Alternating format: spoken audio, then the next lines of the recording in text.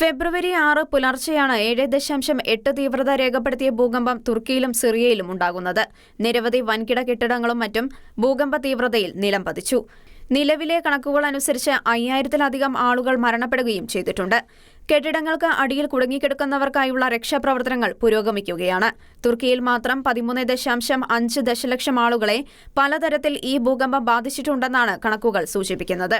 1939 ഉണ്ടായ ഭൂചലനത്തിനു ശേഷം രാജ്യത്തെ ബാധിച്ച ഏറ്റവും വലിയ ദുരന്തമാണിതെന്ന് തുർക്കി പ്രസിഡന്റ് തയ്യിബ് എർഡോഗൻ പറഞ്ഞു. സിറിയയിൽ മരിച്ചവരിൽ ഒരു കത്തോലിക്ക വൈദികനും ഉൾപ്പെട്ടതായി സന്നദ്ധ സംഘടനയായ എയ്റ്റുദിശോ ഷിന്നീഡ് അറിയിച്ചു. ആലപ്പോയിലെ വിരമിച്ച Melkite archbishop Jean Clement ജീൻബാർട്ടിന്റെ വസതി തകർന്നു വീണാണ് ഫാദർ ഇമാദ് ദാഹർ എന്ന വൈദികൻ മരിച്ചതെന്ന് സംഘടനയുടെ റിപ്പോർട്ട് വ്യക്തമാക്കുന്നു. ഭൂകമ്പത്തെ തുടർന്ന് സംഭവിച്ച വൻ ജീവഹാനിയെക്കുറിച്ചും നാശനഷ്ടങ്ങളെക്കുറിച്ചും അറിഞ്ഞ ഫ്രാൻസിസ് മാർപ്പാപ്പ അഗാധമായ ദുഃഖം രേഖപ്പെടുത്തിയിരിക്കുകയാണ്. കൂടാതെ ഇരു രാജ്യങ്ങളിലെയും ജനങ്ങൾക്ക് പ്രാർത്ഥനയും പാപ്പയുടെ ആത്മീയ സാന്നിധ്യവും അറിയിച്ചു. തുർക്കിയിലെയും സിറിയയിലെയും അപ്പസ്തോലിക് നൂൻഷ്യന്മാർക്ക് അയച്ച ടെലഗ്രാമിലാണ് പാപ്പ ദുഃഖം രേഖപ്പെടുത്തിയത്. ഒപ്പം ദുരന്തത്തിൽ ഇരകളായ എല്ലാവരെയും ദൈവത്തിന്റെ കരുണയിലേക്ക് സമർപ്പിക്കുന്നതായും സേനാംഗങ്ങൾ സ്ഥിരോത്സാഹത്തോടെ രക്ഷാപ്രവർത്തനം നടത്തുന്നതായി പ്രാർത്ഥിക്കുന്നെന്നും പാപ്പ വ്യക്തമാക്കി. International desk Shekinah news.